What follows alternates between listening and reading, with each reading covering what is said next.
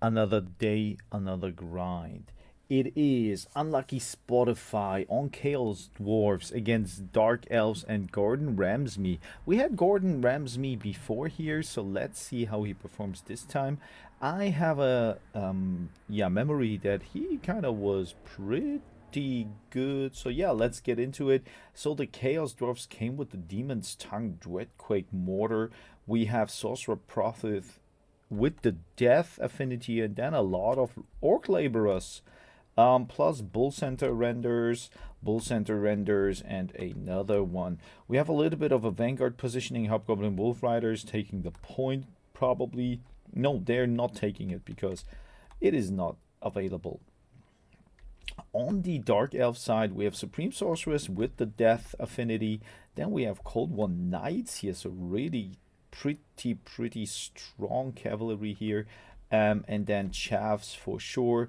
And then couple of Dark Shards with shields. I guess it will be hard probably for the yeah, Dark Elves here to get along against this Dreadquake Mortar, but we will see. Kind of Hobgoblin Riders immediately taking a lot of damage, and now they will have a hard time to get away from the Cold One Knights here.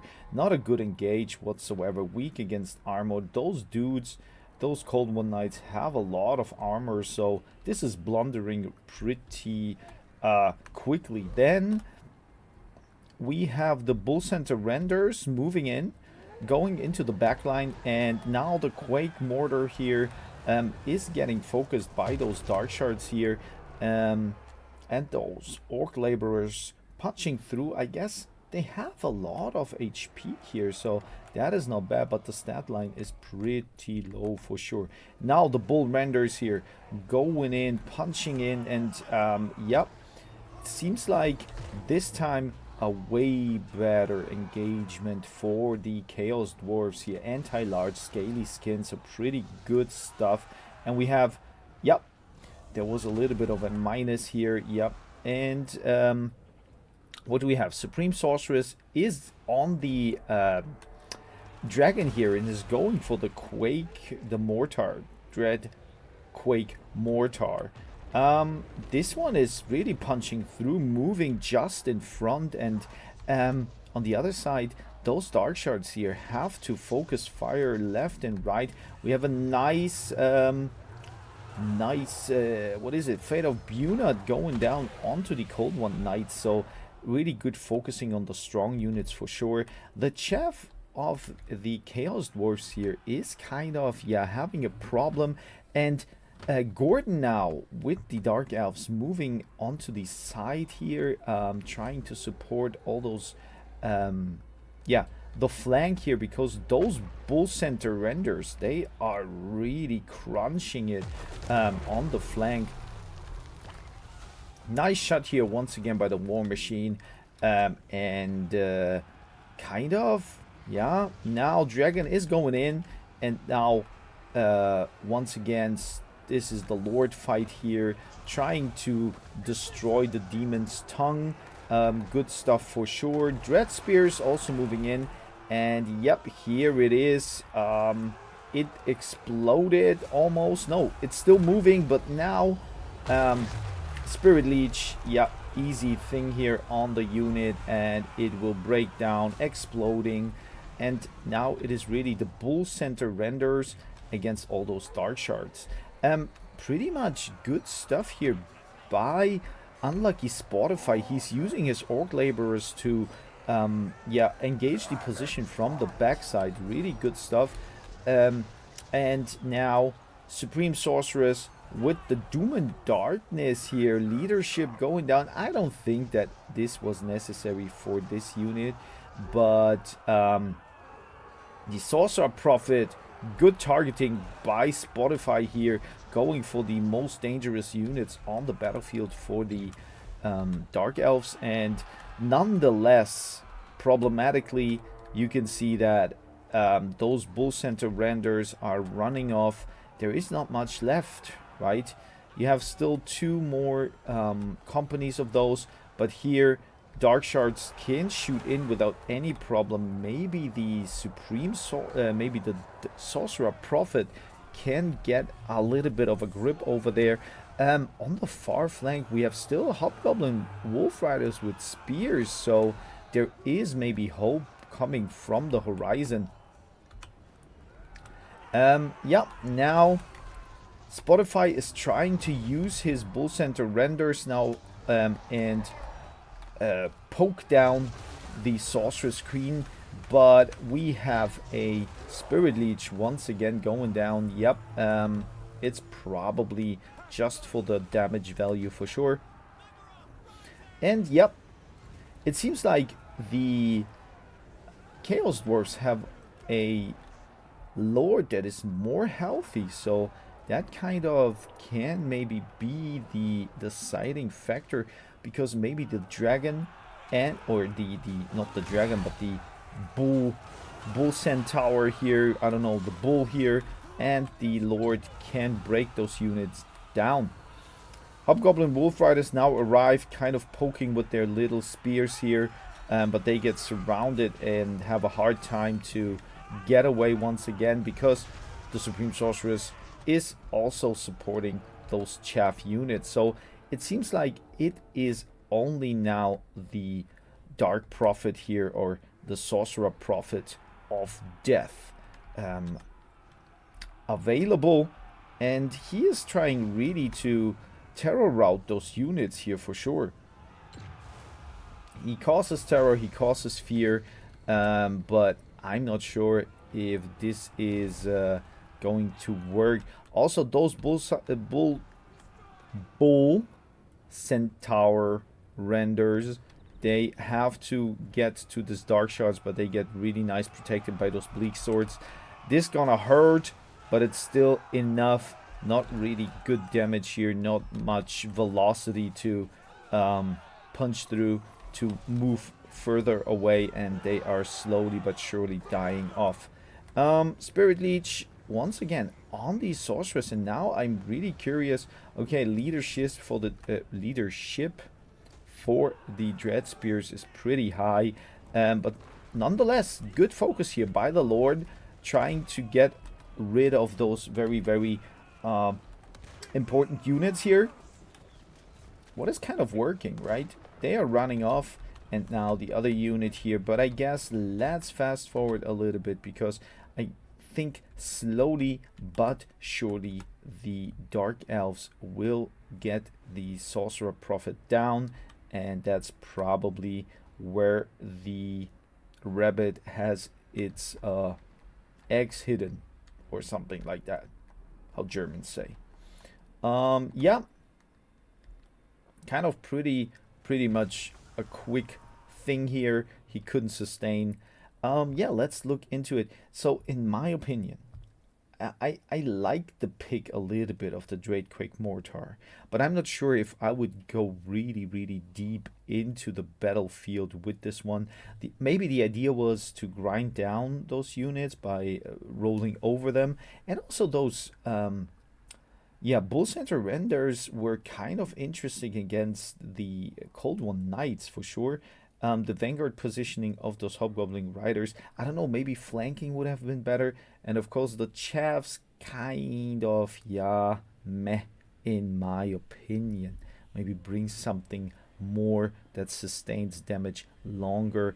Over here, Gordon Ramsay has, yeah, good value on the Dark Supreme Sorceress, and then the Chavs even had a long and good fight. Dark Shards could shoot in, really nice value overall. And then, surprisingly, this Cold One Knights were not so, yeah, they were really countered pretty nice. So let's get into the next match. So we are back with a second game here. Skaven, led by Miniscout, and he is playing once again against Sand Fishy on Vampire Coast. That's pretty interesting, because both factions have a lot of ranged units and a lot of gunpowder, or artillery units here. And yeah, let's get into it to see what's going down. We have this time Lord Scrolk on his strange. No, not on a beast, it seems like. He is on foot. We have, yo, those warp lightning cannons, couple of rat ogres supporting, and then Jezzails on the sides, plus globadiers here. And then a lot of chaff for sure. Nice box, by the way. We have a Night Terror's mongrel unit coming from the side already. That is going to be really, really devastating, I assume. Sandfishy here with zombie pirate gunnery mobs, then couple of bombers for sure, and a nice chaff line as well, plus rotting Prometheans, and then mortars, two pieces. Yeah, and that's kind of all. We have also Count Noctilus, so he is probably pretty strong here in the Lord department. Red Ogres on the hill, and now let's fast forward first to see what will happen here on the side. So we can already see on the right flank here right now, the Mongrel Stalkers are going from, yeah, they're stalking behind. Really good stuff here by Sandfishy, to be honest. Other than that, it will be probably a fight of artillery. So now the warp cannons here, what's the name? Warp lightning cannons shooting into the, yeah, rotting Promethean gunnery mobs here. But I guess you should go for those here for sure.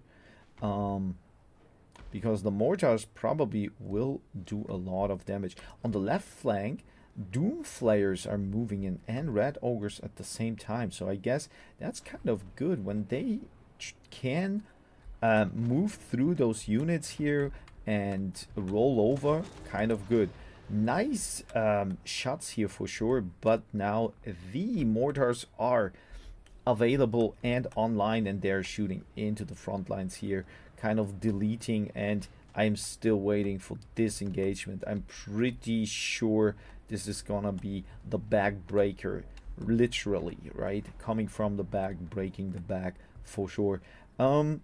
Yeah, bombers are now moving in. The chaff is still kind of, yeah, punching through and the sustaining the damage, and nice damage from those warp lightning cannons. But now the sneaky mongrels, surely, slowly but surely, now they are visible. And what is gonna happen here? Red Ogre still not knowing what is going on. We have a nice shot here on the battlefield for sure, but they are here. They are moving in, and if they get a couple of those Jezzails, oh my god, this is really devastating. Those rats probably run away in a moment. They can't really defend themselves, and now the Red Ogres are moving in, helping out those Jezzails for sure. Really cool stuff. And now we have the red units. We have a Pit of Shades going down onto the other Warplock Jezzail unit, so a lot of stuff happening. And Count Noctilus is on the yeah, offense, and it works pretty well. On the other side, the flank kind of didn't work out, as you can see. The oh well, sorry, my pardon. Red Ogres and the Doomflayers did a good job, and now they could go for the mortars that are moving in. We have still kind of magic, dark watery magic going in and going down, and the, yeah, warp lightning cannon. There is a big huge cost going down. Oh my god, what is happening to Skulk here? Lord Skulk immediately, yeah, leadership is going down. He is kind of confident now, but I think it looked a little bit different. So chaff units are here finally getting punched, and poisoned wind globadiers, they're trying their best to support those units here. Those Dankhead mobs, they probably will be defeated soon. Mongrels finally, yeah, finally breaking and disintegrating. Leadership finally can go a little bit up once again, because those terror causing units are gone. We still have clan reds with spears here, but those mortars getting more and more important in this fight, even though wind globadiers, poison wind globadiers are still here. And oh, Count, what is going on with Count Noctilus? So he is pretty low, and Skull, Lord Skull, kind of, yeah, having the upper hand here. Doomflayers also moving in, and now Countilus has to be careful here for sure. He gets surrounded, and I'm not sure if he can move through here. I guess so he can. He has a high count here. But it seems like the rats are successful in their fight. Only Nautilus. No, he is gone, and nice match. I was not expecting that for sure. The idea with the mongrels was pretty good, and I would assume if he brings maybe one or two more instead of those Prometheans here, that is kind of maybe more backbreaking, right? Mortars didn't really do a lot of damage, unfortunately. I have expected more than that. Miniscout, by the way, yeah, Lord Skulk did okay-ish, and then where are the Globadiers?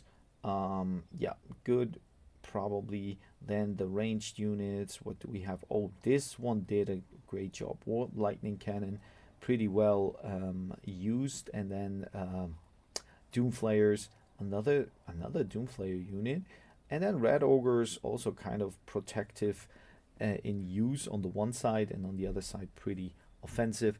But yeah, cool stuff. I was not expecting that outcome, and for now we're gonna fetch myself a green tea.